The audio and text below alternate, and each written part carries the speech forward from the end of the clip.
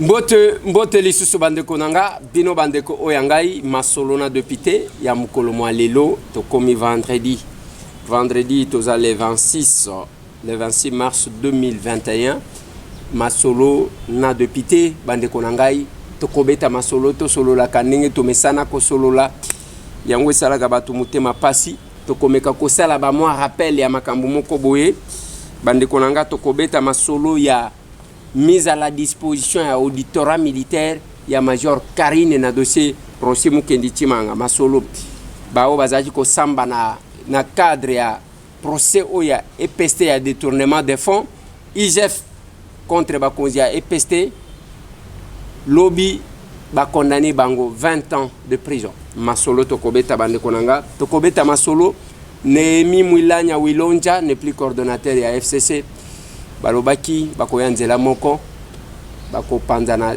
nzela sambo masolo na depuis na kati wana tokopesa mwa détail ya quelques déclarations ya bandeko oyo balobi fui esi bandi na concession ya général Jadjidja kuna bakoluka ndenge balobaki ke ebembe ya Fidel Bazana ekundamaka kuna ba construction anarchique o batonga pembeni ya mai na Kinshasa Jantiningo Bilambaka décide yake il faut bakase bao batonga place amabe tokobeta mwa lisolo tokokoma na Sankuru totala mwa likambu ya muke kuna na Sankuru. Je vous préviens déjà, deux personnes vont intervenir pour na kosala ba mwa analyse ya mike Didier Kikou de retour, la grande équipe Didier Kikou na Dieu Makesela bazonga kilobi na Kinshasa la capitale après un long séjour.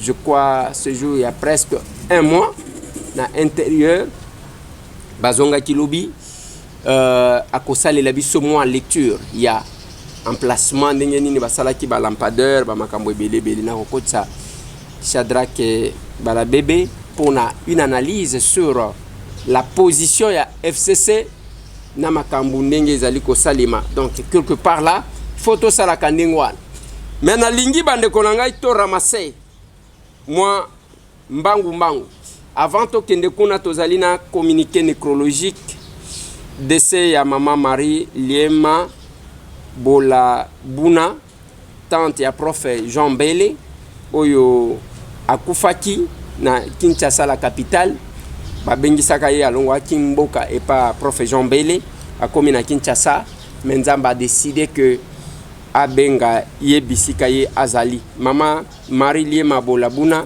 akufaki programme ezabo lelo vendredi ezana veillée mortière na salle polyvalente les tsunamites ezana couragement ya bypass na Kiimbi référence entre Matete bisika wana nde bakosala veillée mortuaire lobby samedi bako lever corps na ye kuna na morgue ya Ngaliema na 9h et puis akokundama na nécropole entre terre et ciel.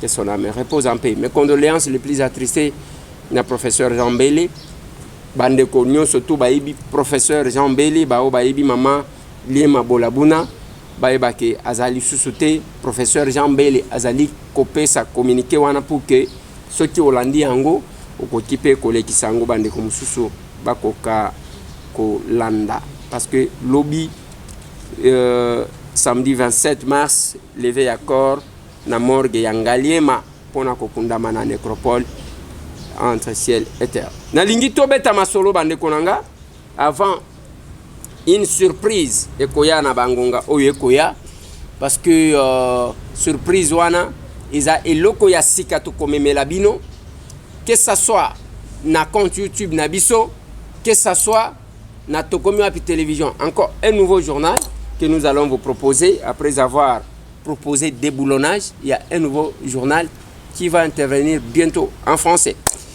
Et nous sommes en train d'y travailler. Isaka kana souci à servir bino. Na lingi tobeta masolo bande konangai, il y a procès à IGF contre bandeko oyo bazana EPST.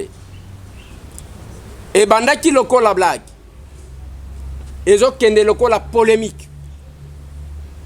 Ezala kindenge bomonaki bandeko ya FCC quand le chef de l'État commence par un pas à lobby baleki wana balobi on ne peut pas nous intimider. On ne peut pas nous intimider.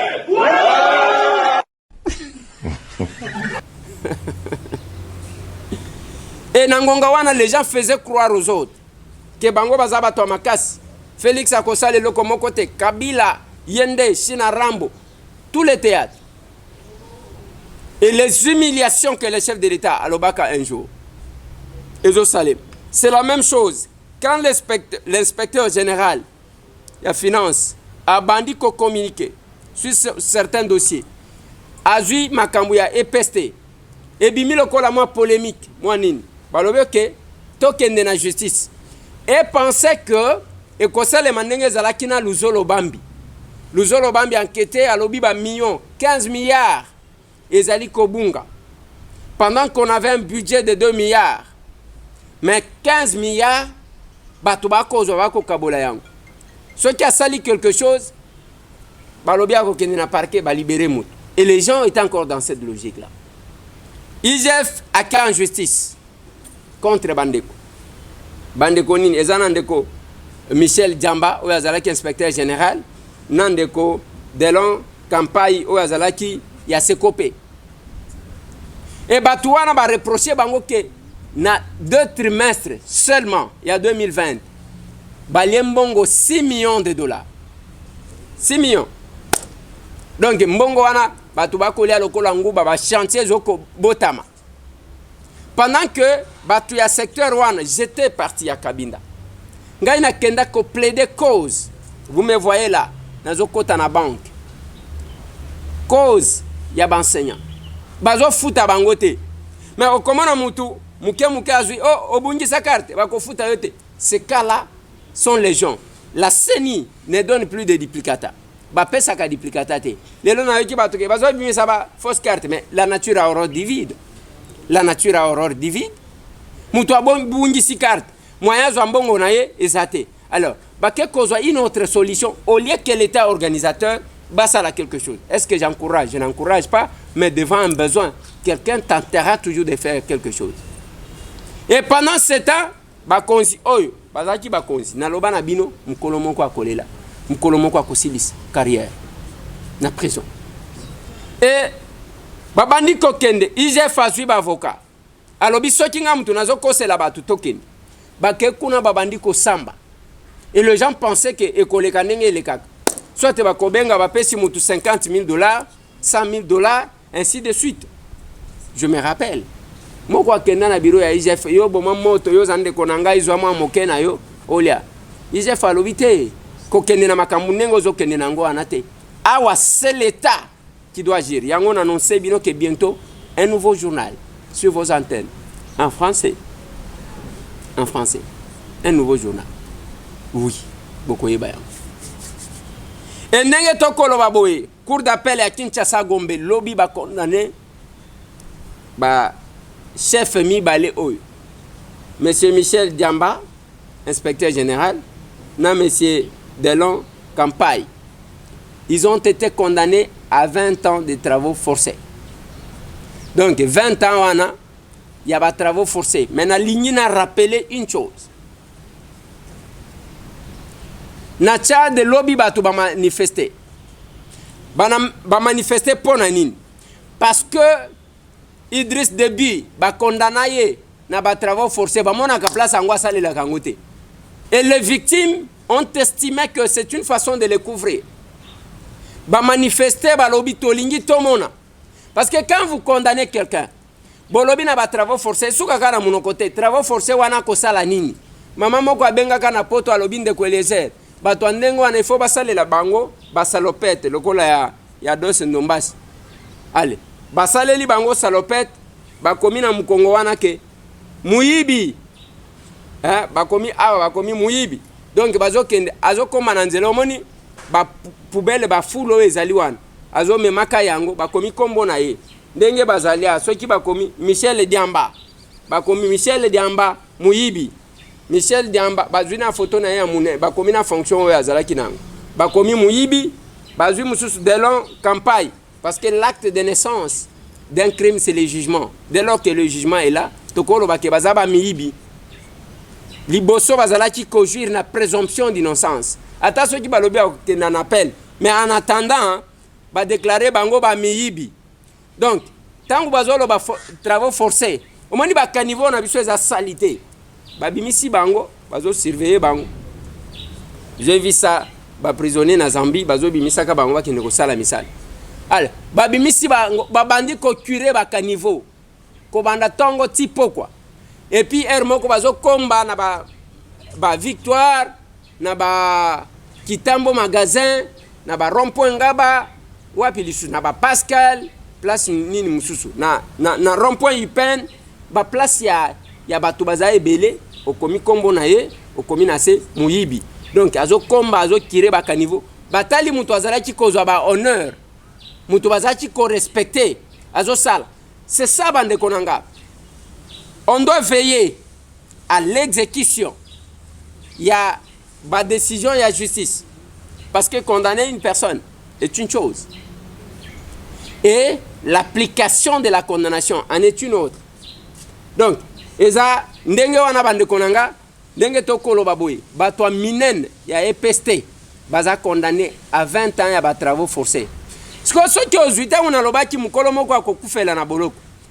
Aujourd'hui, âge ya de longues campagnes, aujourd'hui, âge ya Michel Djamba, obakisi 20 ans, à cause de l'âge nini. Est-ce qu'à cause de la kaka ou bien tokoyo kaka, l'ancien inspecteur général a rendu l'âme en prison. Tokoyo kaka que nani l'ancien directeur ya Sekop a koufi na prison. C'est là bande konanga na lobaki na bino avant que tous les procès ici ne commencent. Na lobaki keba parce que batu eloko ba comprendre ka teza nini batu bakoya na biro na yo bazoloba na yo zozwa ka mbongo zo pesa ka bango mbongo wana nya ni décharge ni nini te ozo pesa ka bango mais mutu a signé yo place ozozwa mbongo signature na yo ezali on doit apprendre à respecter biloko à l'état et cela que nous disons tous les jours ceux qui osent servir la République il faut eba ndenge nini ozali ko servir lelo karine lokeso bakangiet akekuna ye depuis kaka ba Joseph Kabila azwaka soki médaille soki ateye awa ya moni que au lieu ya ko servir la République amoni ndenge nini ya ko servir individu. Ils ont fait de bêtises. Les lobes bazali ko répondre moko on ne peut pas nous intimider. On ne peut pas nous intimider. Voilà. Il n'y a pas question il y a intimidation ou pas. Il y a question, il y a état de droit. Oh ba bengi. Bozo chango tembe, bozo cha tembe. Lelo même ba engambe ba to minene. Lelo bazo croupir. Kalev. Mbangu. John Numbi. Mbangu. Ndenge tokolo baboy bazali kofuye. Concession ya général Djadjidja. Oh ba lobaki que nde bisika bakunda Fidel Bazana. Et général Djadjidja c'est un proche à John Numbi. Et bah tout temps que vous êtes dans l'armée, vous êtes dans la police, vous êtes dans les services où vous servez sous les drapeaux et non sous les individus.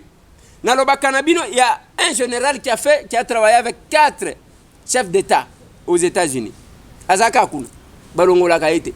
Ah ouais, pas nabiso dès que le régime est changé, Basoda Mbang. Dès que le régime est changé, Basoda Mbang. Tobandeli à 0. Au moins, awa. L'armée eux restait bien que ba misusu batetu bango bazozwa ka bango malembe bakozwa bango ka ndengwa. Lelo chacun va répondre de ses actes. O babenga kanga na téléphone, preuve moko ya kobenga na téléphone ezate. Qui a exécuté Rossi Mukendi? Et quand Karine azalaki ko balukao, azalaki ko mona lokola eloko ezate. Servait sous le drapeau. Et je le dis aujourd'hui. Nabandeko. Nalobi, vous devez savoir, je vis Baoba Kanga qui commande la sécurité à John Numbi. Bo beti, hein? Biso tozana régime wanata. Bo Kanga mutu bien, bo memiye devant son juge naturel. Ezana oyo alobaka akolia mbuma. Bakanga qui est bien. Azo melamai. Hein? J'ai besoin de prendre de l'eau. Ameli mai. Après nazo kanzoto bien te papa yo tango ozali koloba ozali koyoka nzoto bien telema. Mais tangu yo ok yo torturer mutu. Tango ozo torturer wana koloba teke ozo torturer parce que olingi Fati koleka batu nyonso te. Fati jamais il n'a encouragé makambo wana. Bakangi mutu pas question ya ke batondi si bakasho ya aner. Ba memi mutu asambi à se justifier, ceux qui ont un tort ba condamner, ceux qui ont a raison ba tiki. On instruit à charge et à décharge. Lelo toko kene malembe kolekisa zana soda moko azalaki na kan kokolo bazo benga ye Kabila wana sakana kate azo sala manduki boy wana sakana kate wana soki tangi Kabila ko bomayo nazo tala na lobi o soda model ni ezana mususu capitaine azo kanga ya la police alobaka nanga ke ngai naza soda ya Kabila ngana za soda mukolo Kabila kolongwa ngana kolongwa alongwa nazo mona ye akomi soki amoninga akitise longi Sony à modèle. Quand les gens comprendront que servir la République est plus que tout, bon, comment on a évolué? Kosi bino na lobat avant. Na lobat na bino que Kabila ne reviendra plus. Donc, bozo rêver. Donc, je me demande par quelle magie Kabila kozong. Barbilonga c'est l'FCC qui dirige. Batouana FCC qui dirige, c'est Kabila qui dirige. Babungit. Sony. Babungi na réseaux sociaux. Yangona koloba na bande kona biso. Ozala soda. Ozala o agent de renseignement. Servir la République. Kalev. Abatami. Akomi lokola Oussama Ben Laden. Bazo Lukai. Abatami, l'homme fort abatami. Et bato ndengo anatango bazaki ko sala bato mabe comment na lokola ba courager biso to vanda awa avec tout ce qu'il y a eu toza awa toza na bino awa il fallait ki bo tenir peti ndenge bo bimaki lombe John Numbi aloba ke je ne suis pas un agneau siko agneau na lobaki na bino avant so ki bo se rappeler ndenge na loba na bino ke na lota ki mutu moko akimi akoti na mboka mupaye sikoyo kuna aebite ke bazo lukaye na ki sepe ya kosenga. J'ai dit ça. Et place à qu'il il pense être en sécurité. Hein? Aux en sécurité te monsieur. Tellement que makambo sala awa il y a deux possibilités. Soit te bako extrader yo, soit bako zoela yo ka kuna Olandi Bosco Tangana. Comme ça bokomi kuna bino bakoza manduki bobani kolakisi. Mais qui est l'ombe ya manduki? Et ça kosili sa insécurité à l'est. Kosili sa insécurité otozana ngonde qui est l'ombe. Kosili sa yango consente que tozana ba soda makasi. Le maréchal tangu na ye ascension muto azalaki kosakana te contrôler l'Afrique. Hein? Biso tozwa bilombe ka pona ko boma bandeko na bango. Oh ba Rwandais ba Ougandais bazo sakana na biso. Mais bango ba bima ba pomba bato makasi je ne suis pas un agneau. Oza agneau te ba pesa yo ba fonction nyonso osala nini? Quand est-ce que les Congolais ont senti que bazana elombe ya makasi?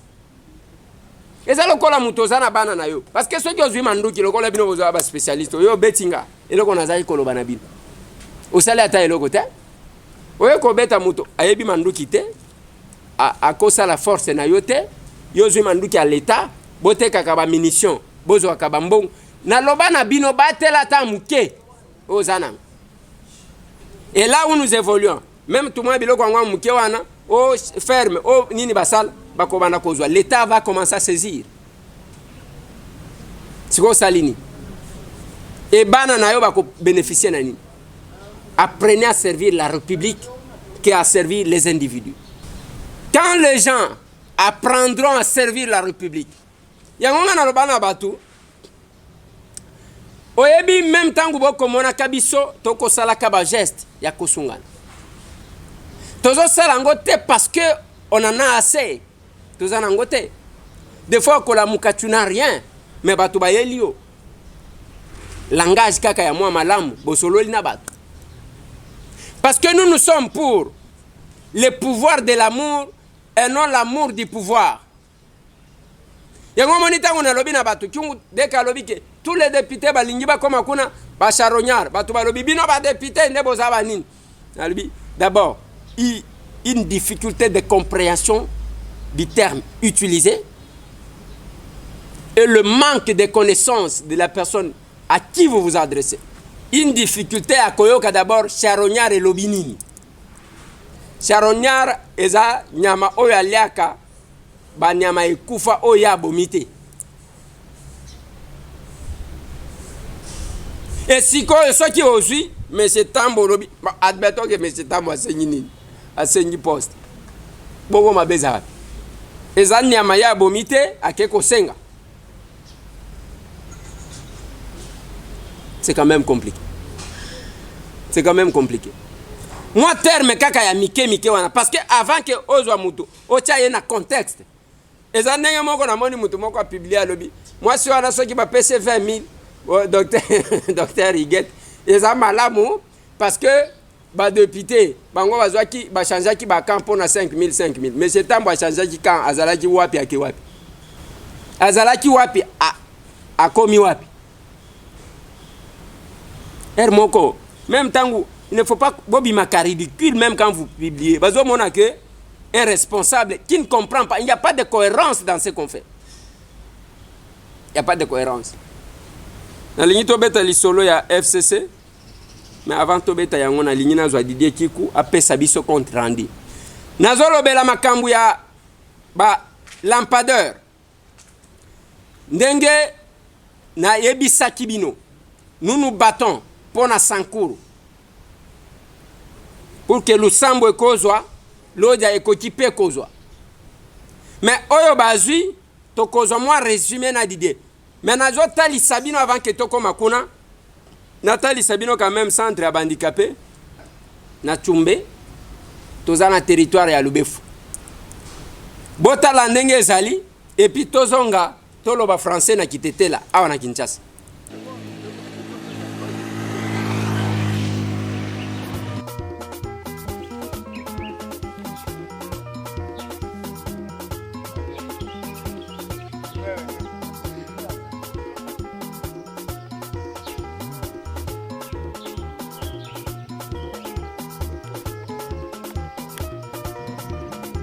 Soko enimba yame we mwenye kufundisha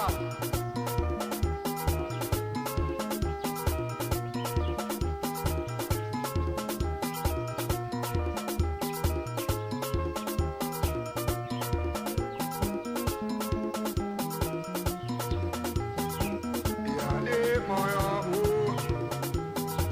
yale ulabe kama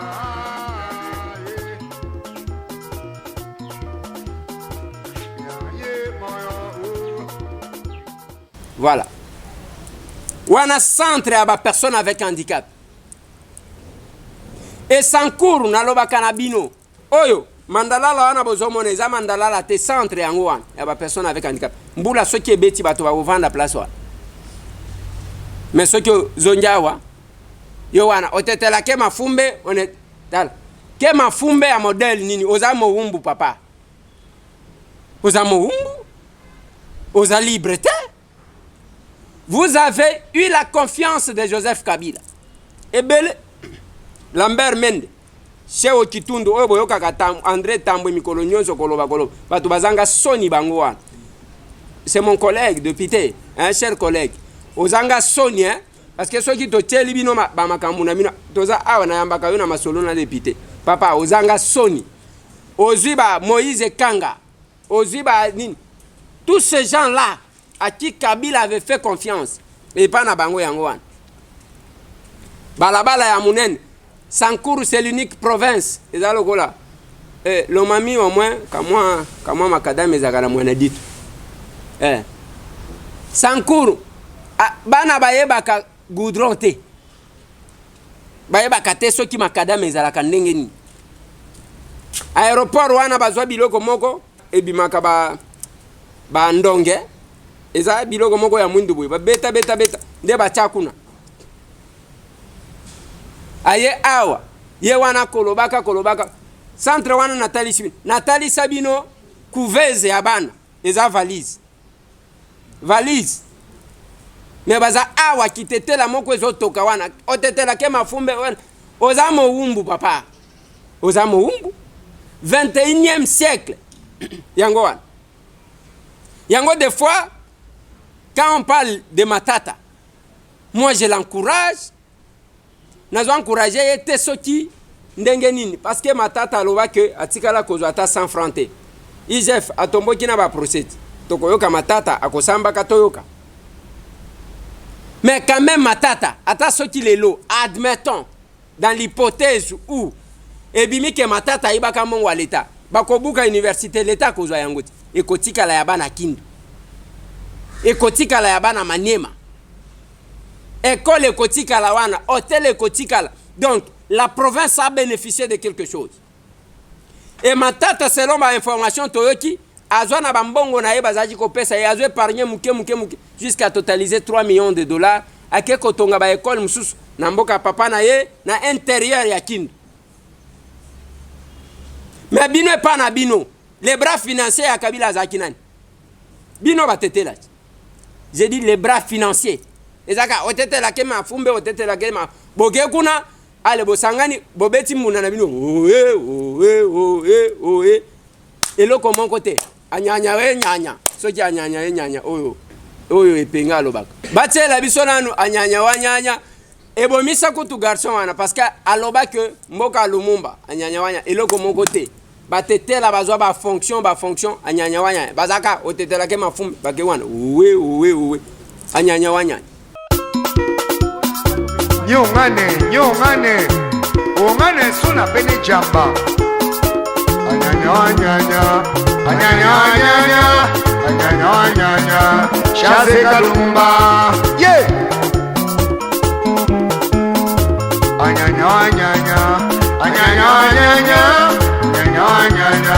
Chasse Kalumba soyi yeah enonyenga na kisolo shokolo fumbe enonyenga na kisolo shoko ya fumbele Chasse Kalumba enonye kumena na kisolo shoko ya fumbe bakena aéroport na bango achuka nde bache achuka ezana kitetela lokola ngana yebaka mwa muki achuka wana nde babeta boy bachana aéroport bazo kitawana balati ba veste allez ba memi ba journaliste bazo lo wape l'homme fort du Sankuru atterri asa na lobita taba mususu après ba telemi wana otetela ke mafumbe oza mowumbu ya bobolati oza mowumbu ya médiocrité na lobi na bino bras financier ya Kabila ezaki mutetela programme ya 5 chantier mutu azali ko kambango nani Moïse Ekangati o babandi kocha makadam kolongwa Lubumbashi ti kolezi oko kanise pa na binote yango na lobi na batu boyebi quelque part là il faut ata une imposition ya ke mutu na mutu asala ferme na ye na mboka na ye comme ça ton andaku chaque week-end tous les dignitaires oyo baba na kozonga na bamboka na bango comme ça batu bakotonga ta mandaku epa na ye balinga ko kende te pona nini azana ndaku te akolala wapi azaka ka ndengwana anyanya wanyanya eza Sonia eza Sonia mandat prochain à cause la candidat na Katako mandat prochain na so ki ba pesa ke mutu akoza la candidat ati na loja ake na nani na Wembwanyama ake na Chumbe ake na tie partout kuna na lingaji na mais na koza la candidat na batetela na Sankuru tozolo bela makambo ba lampadaire nous sommes ici à Kinshasa projet wane bandaka avant bosala ngote sous Kabila aweye nous battons nous pour que batinda ta momuke ezaya ko permettre même ba étudiants il y a les universités là-bas il y a les instituts supérieurs na pourquoi au lieu batu bazela ka sanza moi lumière wana mwana kotanga batu bako sepela la vie quand même otolobi pesa moninga sourire Didier Kiku oyaki boyaki lobby na lingio pesa biso compte ya moi tourner avant que tokotisa Shadrach Bala Bébé. Je vous informe que juste après vous suivrez l'honorable Ados Ndombasi na Eliezer Kazam grâce à Bokete pour échanger sur l'actualité. Voilà, Didier Kikou. Ça va? Ça va, honorable Eliezer Tamboué. Combien de temps Bossali na voyage? Tout cela à peu près 24 jours. 24 jours. 24 jours, Tulongwe, Mbujimai, Wabalengela, Monedi Touajaja, le Kotinganda Jeka, Wabilongo, oui. Keyi, Kabinda, Kamankenena, Tuzongi Chilenge, Chabudi Kimisanyi, Katanda, Mubena Simba, Kabeaka Mwanga. Nzubu Wabilum. Ok, mais tant que Wuti, Nganda Jeka. Ozoyoka d'abord biloko wan. Danger. Oui. Tant que Wuti Nganda Jeka. Oui. Tuzoyi ya poto kama Katanda. Oui. To komi na Chiyamba, na secteur à Chiyamba. Chef à secteur, nazaki habillé na poula to komo wapi. Alobi ko filmer ngati. Yoka na kamona zonga yebisa yo. Ba yebisa déjà bata to komo bazo ya nzela oyo. Chef ya secteur ya Chiyamba. Oui. Alobi boyi. Baza na 20 mois impayé. Azozanga tambongo ya bik na papier moko duplicateur. Dans une incapacité à resambisa mutu. Na secteur wana. Ya Chiyamba. Ya Chiyamba. Ba sénateur. Na ba député national na provinciaux ba kolanda ngai ya secteur ba zoyo kama mnazolo ba chef ya secteur donc moto ko tezate bik ya pamba ezate papier moko duplicateur azana ngote azo senga ta 4 ni na 2000 fois nazaki na PC na biso mbata donc ata raisonner état ya mboka na biso Congo kolongosko nganda jika Kabinda honorable Eliezer Tamboué na ebisi bino Congo na biso misala ezali ya kosala pasi o to moni na nzela kosala 2 heures to sali 8 heures de temps donc nzela mo impraticable biso tozo sala nzela kosala pona koluka toujours kolakisa bino wana na province ya Lomami Province ya parce que Lomami. mwana ditu ezana Lomami nganda jika ezana Lomami Kabinda ezana Lomami Oui. donc pona kolongwa nganda jika Kabinda je pense c'est une distance de 140 km. 140 km. Ouais. Mais nous avons quitté à 6 heures protocole à 0 heure. Ah. Donc de 6 heures à 0 heure, tout ça toujours ya kotambola. Na mutuka ya munene ou bien na jeep? Ba taxi Oui. Tela ce que etanzi là ozomona wana na ba conseiller ya SNEL, na ba directeur provincial ya SNEL, na biso ba journaliste, na ba cameraman ba dima que ça biso nyo suto komaki pa umoko, moi lichette potoleka, moi nzete. Parce que so sali yango to kotika la kuna eta ya nzela mais na longwe tato zongi nganda jika pona ya Chiyamba, Chilemba, Katanda na moni ancien makadam au Belge atika ezali kuna. Donc banda Belge asala nzela wana Mobutu 32 ans. Asala le komote Kabila oyo 18 ans na papa na autre osangisi bango mbale rien. Yango bana Congo ba kosenga na Félix Antoine Tshisekedi ayoka la bango ta mawa azong sanzila wana Katanda national numéro 2. Oui, Katanda nganda jika makadam ezali déjà mais ça impraticable makadam ezali to komisiko na Katanda honorable Eliezer Tamboué Bena Simba bena Kapuya bena Mwembia ba place bato baboma na kamiko en live to moni bango en live bango nyoso tu wana en live ba expliquer biso na ba problème na tuni bango bozo wela nini boza ba congolais bino nyoso tu toza na 21e siècle bozo wela nini ba lebi tozo wela kaka bilanga donc c'est vraiment impraticable raisonner ce que biso sali yango tozo nganda jika oye Chiyamba oye Chilembe okoti Katanda Chilembe secteur. Ouais, ok. Chiyamba secteur. Okay. Okoti Katanda. Chilengende za territoire. Ouais. Donc c'est ça. Donc so kuti nganda jika ozoya okoma Katanda okoleka Chiyamba secteur Chilembe. Ndio okoti Katanda. Ndio kobima boye bimi Chilenge. Chilenge chabudi gnisang. Voilà. Donc nous kaka après OK Katanda mais honorable. Ouais. Lelo awa bozo surprise za nini? Eza résidence. Il y a ce fait de limiter Tshisekedi wa Mulumba tant bazongaka ndeko na biso Kabila Muze atika atindira mwana mboka Tshisekedi na Kabila kamwanga bota la sko naku oyo mbuta Tshisekedi abandai kufanda tokotaki na keti na kata chambre na ye na foni moi 2 minutes na invoquer na l'esprit kota pour na visiter site touristique ya monene oyo mboka na biso Congo na Kabeya Kamwanga na kosenga pe honorable Kabeya Kamwanga Zubua Bilumbu. Allez, la régie.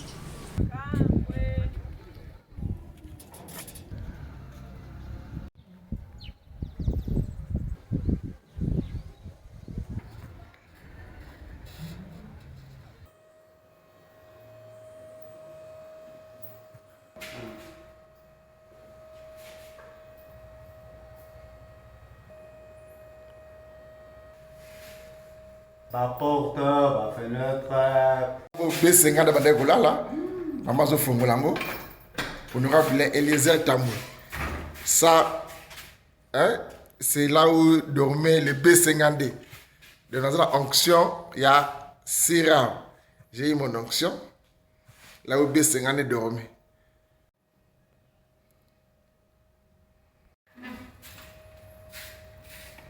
Oui, voilà. Oui, Didier. Ok, bon, moni bongo Kabeya Kamwanga. On est à résidence. Ndak oyo tiseke dia fanda kana mama Mars. Bon, na photo. Hein? Mukulumpa.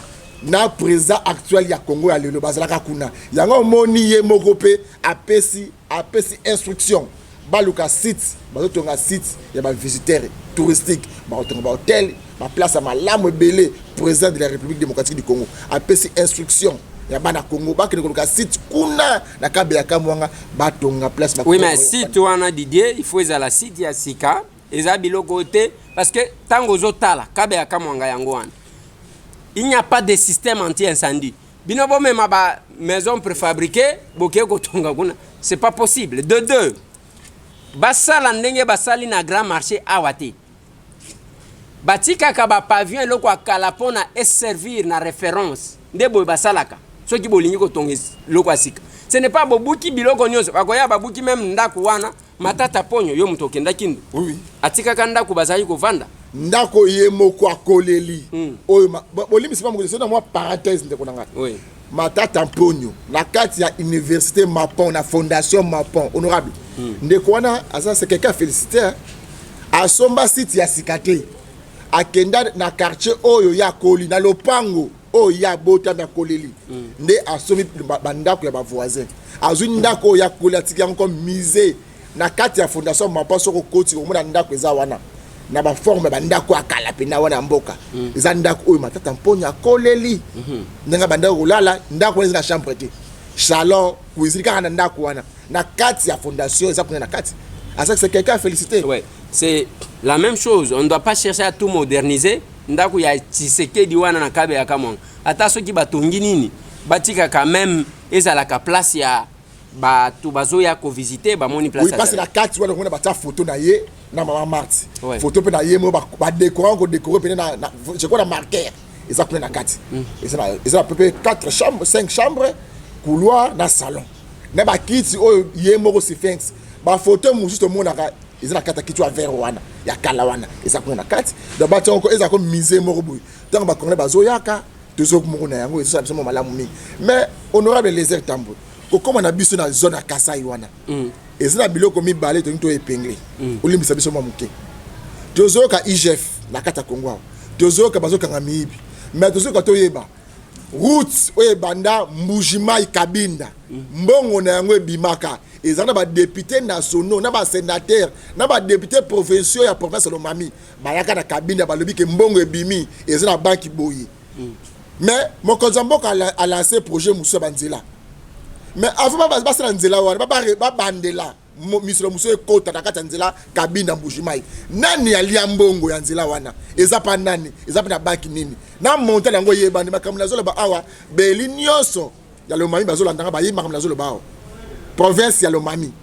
province o mundela fandaka omone Mbujimai mundela fandaka na Mbujimai penati muke Mbujimai zaki zone ya diamant abane ko exploiter ya boko mona na Mbujimai aéroport ya Mbujimai eza aéroport ya biso ba congolais te eza aéroport ya Miba donc si le na Mbujimai wa balengela eza na aéroport te aéroport on eza ya Miba donc so le Miba zongi aéroport pe ya Mbujimai e kangami donc Mbujimai to atterrir ressource te to bana ko atterrir na province ya Lomami yango eza na aéroport Mbujimai eza na aéroport te eza aéroport ya compagnie Miba tout le utiliser. Mais est-ce que nani ali ambongo ya nzela wana honorable les Tambo ya de soko mituna bande ko ngala lo mami to telema soko lobby okokufa soko lobby te okokufa kaka nani ali ambongo ya nzela ya Kabinda lo mami Kabinda Mbujimai mbongo wana na liango. Voilà. Didier Kikou na lingina libéré yo parce qu'il faut nazo Shadrack Balabebe. Je suis quand même content parce que Mukongo azolobela Kasai lokola azolobela et pas Bayom. Et c'est grâce à Moussala Oyo nde boye tolukaka. C'est très bien. Problème il y a lampadaire. Problème à lampadaire honorable les Tamboué. Belema to bombeli bi bomona ndenge bana na Kasai ba sepeli na ba élu du peuple ba bani na président de la République chef de l'État ba ke na ba élu du peuple o ba sa ki suivi pour être ba lampadaire on est comme na Ngandajika Kabinda Katanda Ngandajika Chilenge na Kabeya Kamwanga bana mboka bana Congo ba Congomani nyoso ya Kasai ba tondaki na esengo na ba député na bango na directeur général ya SNEL nenga zoki instruction mokonza mboka ya kwende ko ba technicien ba lande la poete ba installer ba lampadaire on a tina Congo profond ba zaki bena esengo mingi mais prochainement une édition zoya tamso après le bomona bongo page magazine bomona Kabeya Kamwanga électrifié na butu 22h au moment ba corner ba go bina ba sali marche ba bito la à 18h le to la 2h du matin président de la République toi ça qui dit là. Donc toi ça qui dit là. Didier Kikou avant na libérer yo à partir ya mwanaditu na mwanaditu keko kuta eloko to kebisaka bato moko bato bamona kaneti tozo lekisa tant baza kuna bazo sala bazo tala loisir une dame qui était venue de l'Europe baibi mbongo $18,000 qui ba sombeli concession. Oui biloko ya tozo ba yango honorable les Tamboué merci mingi na ngana bosana tangu tozo lo ba en émission olingo somo mabele oza besoin de sikada Congo na Kinshasa ka raté benga tuna to expliquer yo ezaka na Kinshasa te mama wana alanda kabiso asape mon parti sangote ya diaspora alonge makolo awa azo sola na batu kuna na na ville ya Moneditu azo tina pe mbongo 2 hectares to tongi déjà 3 hectares azo tina mbongo mais suka to kutie kuna tanga moni biso aleli bande ko na ngai na komi na suka mbongo ekei na bine na zabo na bimesco basko kengai na baninga na nga bapesa ki mbongo na fondation ba yibi kenga na lembongo maintenant yawa bande komisa tu balenga 18,000 balles ne bine obenga ngo benga 18,000 euros te da 18,000 balles ekei mais na rosenga émission intégralité nango ekozala na tokomi wapi mais bona ndaka mo extrême tie bona bota ndeko na biso a mwasi aleli apesi confiance ba Congolais ba Rwandais te ba Ougandais te ba Congolais ba na Moneditu ba Kasayen voilà ba ba bénéficier la projet wana ba na ba ba fanda na Moneditu ndeko na mwasi afanda na mikila poto apesi mbongo pa Kasayen azape journaliste mais ba ndeko na biso ba le mbongo donc ba détruire na assurance ya ba Congolais ba ngaba sala misala kuna plus de 300 personnes 300 travailleurs misale kufi bango moko ba perdre donc nyo surtout 0/0 honorable les Tamboué. Merci Didier Kikou. Bon retour. Merci honorable les Tamboué. Lobby tozonga awa il faut solo la makambo zo kapena Congo central parce que il y a à boire et à manger.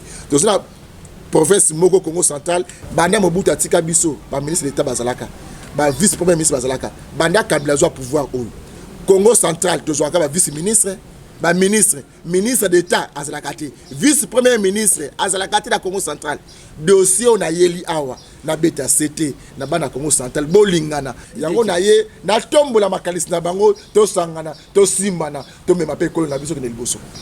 Merci Didier Kikou. Merci honorable les Tamboué. Voilà. Wana ezalaki explication à Didier Kikou qui abordait plusieurs questions à la fois. On appelle sa précision que ba lampadaire nga mutu na sala qui démarche nga même ceux qui a lobby ba député ou ba sala qui ba démarche ngai nazolo bango na télévision ezanga yango équipe na ngai et ke ko tambola na bango presque 1 mois et dossier à Congo central on ne peut pas vouloir avoir des officiers supérieurs ceux qui bana na biso bazokota na armée la nature. Et ça là que, même temps Mundela Yaki, batu bazaki kokota na armée mingi baza batu ya Équateur yango ba généraux ebele pe babima kuna na Congo central eza peuple moko lingaka ba problème mingi te yango pe côté wana mais côté mususu oya gouvernement je le dis toujours les droits ne droits que quand on sait les revendiquer. Je parlais à maman Marie-Rose Kassavou, princesse Kikou. Les gens ne parlaient plus de Kassavou. Il y a l'obiata Soki, Batubabo Sani. Je dois faire parler de mon père. Il faut na lobisa. Comme ya papa na biso ebima. Je le dis. Bande Konangai. Maman wana, nous avons vu comment elle a dépensé de l'argent. Salama puta na fijiak. Kasavubu salaboy e Kasavubu abandi kozonga ti esika wana tokomi e mutu akolo bate ata soki bakolo bananga ke Kasavubu abota bana 50 ngai na yebi ke mutu azongisa kombo papa na ye eza Marie-Rose Kasavubu. Elle s'est battue na ba moyen na ye asali tout jusqu'à ce que baye corriger monument wana baye corriger monument ba balinga ko critiquer kake te wana te il fallait que bachabo mais tout ce temps c'est grâce à sa fille là elle a pris et la plupart ya ba ne Kongo ngo bazaki ko lukake bakende baba na kolobela Kasavubu musala na bangwe zaki bakende ko senga pesa biso mbongo comme ça biso tolobela papa na yo en d'autres termes attention ki muto alobi mbuta Kasavubu mais pona olobela mbuta wana il faut bafuta yo mbongo ce que j'ai dit là est vrai. Mutu akokende kuna mwangana linyina loba akeko senga yo soki eza papa na yo soki ozo reconnaître mutu wana pono kende ko défendre cause na yo lobela ye il faut ba pesa yo eza ko loba ke yonde mokolo papa na yo biso tozo yaka kotika yo. Didier, je suis fier de lui. Apesi quand même visage ya province ya Lomami. Ya Kasai Didier Zamu Congo mais grâce à Moussala Oyo à côté vous sentez que Moutozo ou est sur terrain à sentir sentir que à quelque palper du doigt nous avons commencé à montrer aux gens que bisoto salaka presse kaka ya boité nyonso Kinshasa c'est comme si les Congo n'étaient que Kinshasa. On a appris aux gens de se déplacer.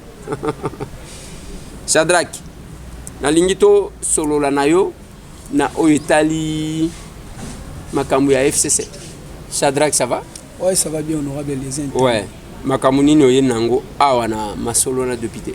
Merci honorable les intimes Pochi pour l'opportunité au PCI Tolobela, actualité à Mboka. Vous le savez bien que Mboko yo et le 5 sapeurs à sport politique et Kabola biso. Un match n'est pas ba Congolais ba goma Moko ba sangani pour na biso tout dans la salle drapeau. Il y a un problème concernant l'actualité à Mboka na biso.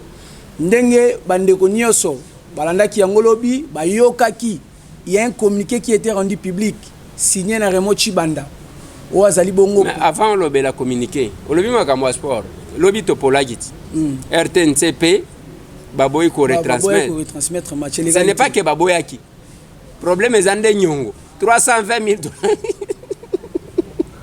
$. toza na nyongo ya 320 000 $. Yango bomoni elandaki te. Oui, allons-y. Voilà, ndena nolo bakaka actualité politique ezali bongo dominer na masolo ya gouvernement. Bande ko ya Front commun pour le Congo. FCC na mokuse ozala ka plateforme chère ya sénateur à vie Joseph Kabila Kabangi. Tomonaki quelques membres na bango basaderaki na union sacrée. Et puis batunyo sobabi que union sacrée zalaki pona ko créer ko sala gouvernement oyo et comme samboka na crise. Ndenge mokonzi mboka Félix Antoine Tshisekedi Tshilombo a constaté que Nyo soyaki bloqué et puis rien ne marchait. Il s'est décidé à juger bon lobby. Non, surtout Tika Boé, bah Congolais va okufa. Idéologie les peuples d'abord et qu'on ne jamais on les a testaments à travailler à Kanango. C'est alors on a commencé la consultation union sacrée de comme le niveau de comme il est lourd. Mais nous avons constaté bande ko Front commun pour le Congo FCC na mokuse le rôle à Steve Mbikai, Jean-Lycée Boussa. Julien Paluku, Lambert Mende Omalanga, Alphonse Moïka Sanji, Mouto Kangi Sagayo. Bangope, Wanese Leka. Bangope, Bazali bon la union sacrée, mais to Kamwe, Raymond Chibanda Wazali président à comité à crise parce que FCC na minute allait gérer na comité à crise makamunio so batiena on a c'est et puis ba lobby yango clair que ba kokota na gouvernement union sacrée ba pesi position na bango ba lobby que bango ne bazawana ba s'inscrire na opposition ba komi ba opposant d'une manière officielle ba komi pena ba opposant ba confirmer yango. Mais ce qui m'étonne les que la même de Omalanga aloba yango na média que a ko travailler na poste nyo so ba kopesa yi Steve Mbika ekutu akenda plus loin azo le la bina travailler mu qui ba reconnaître s'il vous plaît Steve Mbika mais na FCC ba bi mutu nyoso oyo ya FCC ko kota gouvernement union sacrée asali yango na ndenge na ye bango ba reconnaître yango te ba ko kota te ba boyi na motema moko. Oui, mais Chadra Kezalo kola babengo koliate yo lobinga na koliate. Il faut c'est la babenga yo bato FC sango parce que il y a deux tendances qu'il faut comprendre. Ezana batu bazalaki na FCC. Ezana batu batikala na FCC. Batu bazalaki na FCC za banani. Bango Ika Sanji, ba Jean-Lucien Mboussa, ba Julien Paluku, ba Lambert Mende, il y a encore qui. Donc bon. Ebele otozalaki na bango. Oh misusu même parmi les députés. Ezana ba député bazaki na FCC. Ba Doug Kulungu et les autres. Ba Kalonji bazaki na FCC. Pour le moment bazali susu kunate. Alors, l'FCC oyo alobia kosala opposition eza FCC oyo batikali fidèle na Joseph Kabila. L'FCC oyo bakotaki na union sacrée ba wana à tout moment le gouvernement peut sortir quelques membres. C'est pas tout le monde. Quelques membres bakobima pe na kati, je pense que c'est ça. Mais bango ba ebisaki biso ke bakotaki union sacrée la même ende Omalanga je confirme je cite son nom aloba ke bakoti FCC et bakoti union sacrée pardon na recommandation à Joseph Kabila Kabange. Donc moi j'estime que tout ce monde là au bakota ce n'était pas par conviction mais c'était par recommandation. C'est là propos la même. Alors ce qui Joseph Kabila tinda bango bamsusu bakolo bate que bakoyate c'est aussi logique mais conviction ou pas oyo tokoyeba ezata un gouvernement kobi parce que gouvernement ekozwa bato nyonso te bao ba ya par opportunisme ceux qui baraté komona ndenge bakose comporter ceux qui bazui komona ndenge nini bakoti ko se comporter.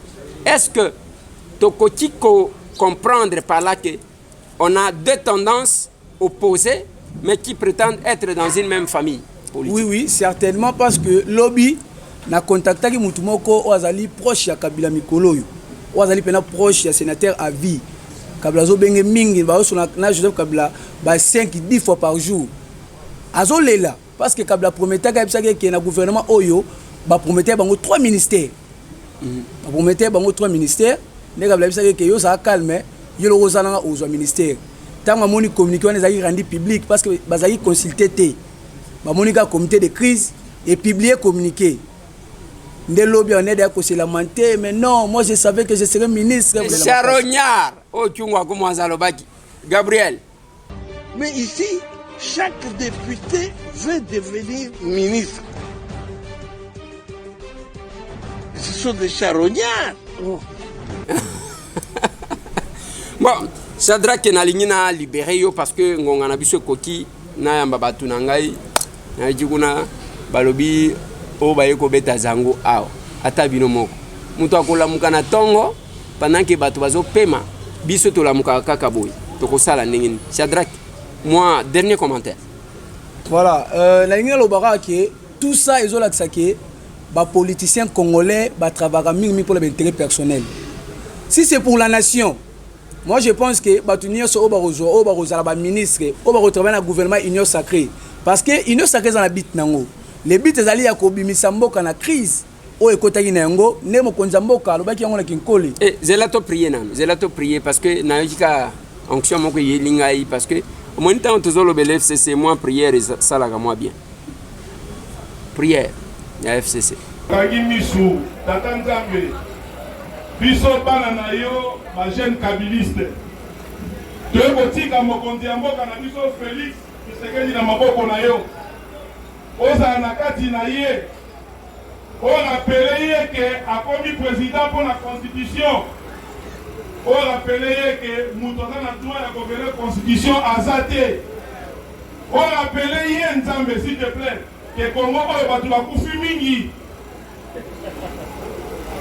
ke à travers ye bato bakufa lisusu te Nzambe ntango akozonga mpo nazwa décision aya na RTNC aannonce la population Nzambe pardon kotika ye te zala na kati na ye mpo oyo nyonso akoloba ezala conforme na mibeko oyo opesa biso bible na biso na mokili tobengi constitution Nzambe.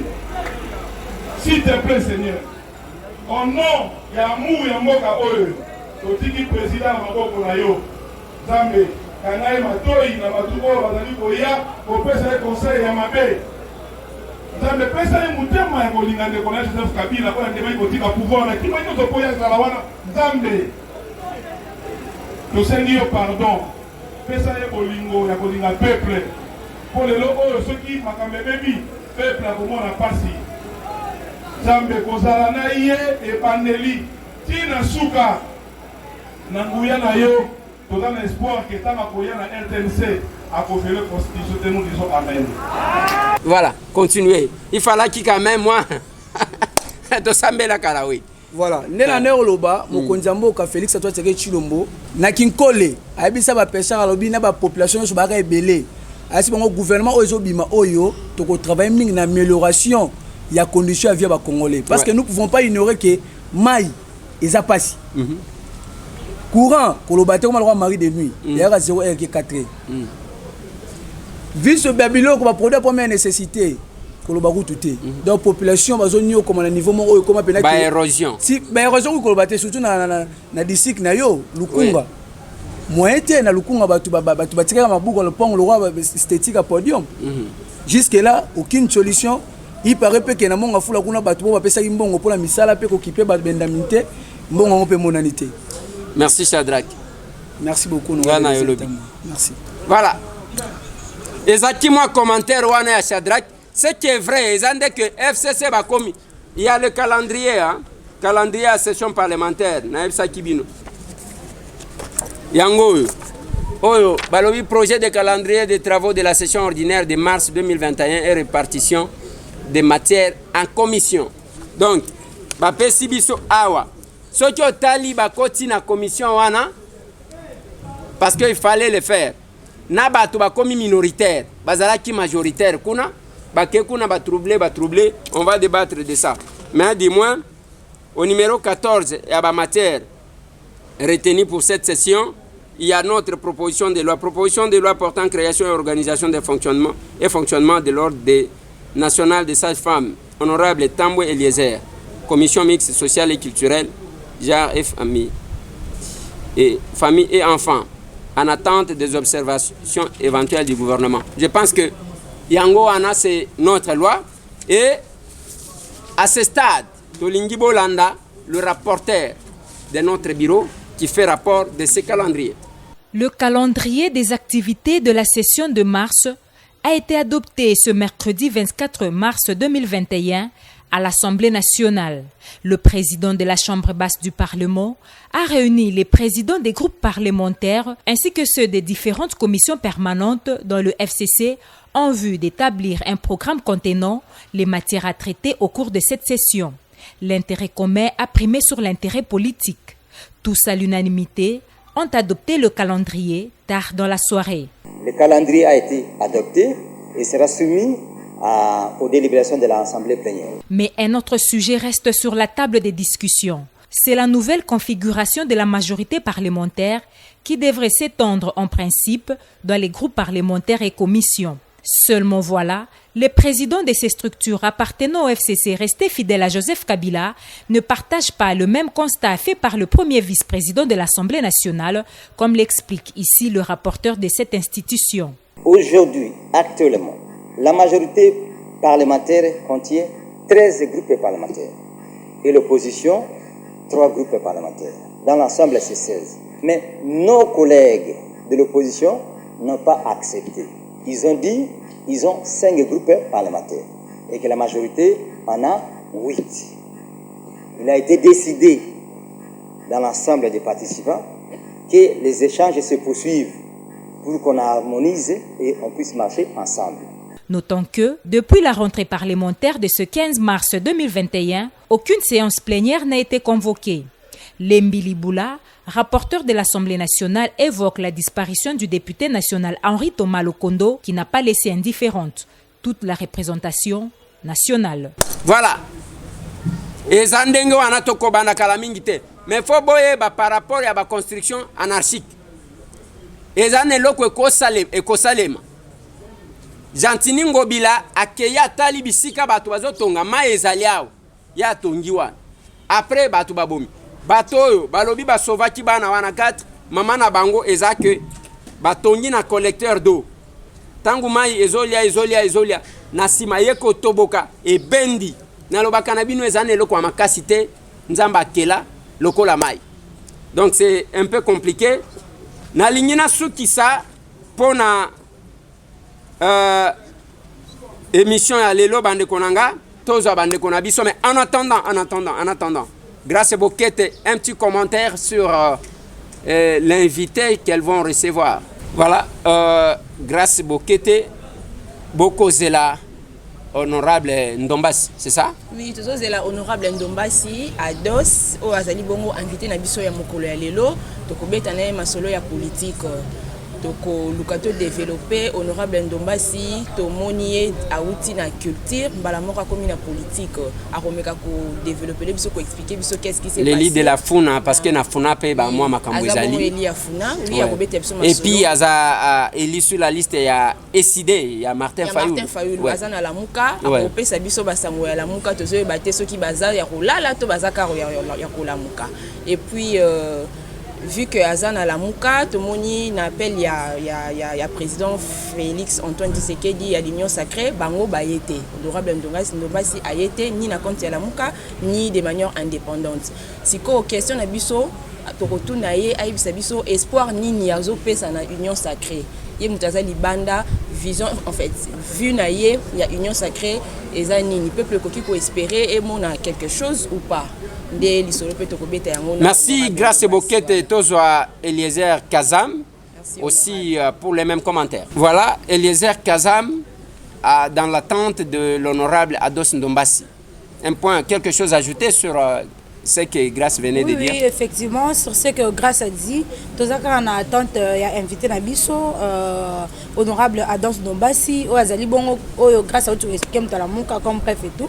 Donc, Tomeka qui préparer quelques questions sur lui ignorance sur lui développer entre autres si je peux insinuer honorable Ados Ndombasi à la différence il y a honorable député pourquoi son style vestimentaire cantonnier azalaka na comprendre bon jusque là c'est par là que à quoi essayer qu'on peut s'abisso précision par rapport à style vestimentaire ce qui est le plus important et aussi koye basoki na kati assemblée siko bazawa puis FC Saouti ko déclarer to ki Shadrack Balabe Balobi ba déclarer officiellement que ba komi na opposition bango siko ba kozala na position na assemblée parce que il y a union sacrée d'un côté il y a l'opposition constituée il y a Bachada et Chadar Azala Konate. On ne peut pas nous intimider. Alors, et Oyaba Koko Nyangi, Batumi Suso Yebi, Baza de l'autre côté. Si quoi Bakozala na quelle position? Bakozala na opposition, na ba Oyo, Bazala qui ko critiquer. Toba kozala wapi toba kozala banon inscrit. C'est par là que tu essayer de décortiquer agonaye parce que est mieux placé pour nous expliquer biso likamongo parce que bayebi que la muka ezala qui constitué na ba Moïse Katumbi ba Mbemba et tout mais bango ba décida qui va retirer donc basala que la muka ezala kaya bango moko alors jusque là la muka ngo to comprendre te bazaka ya kolala ou soit bazonimba bakola muka après soit bazozela non RE koka po bala muka alors honorable Ados Ndombasi.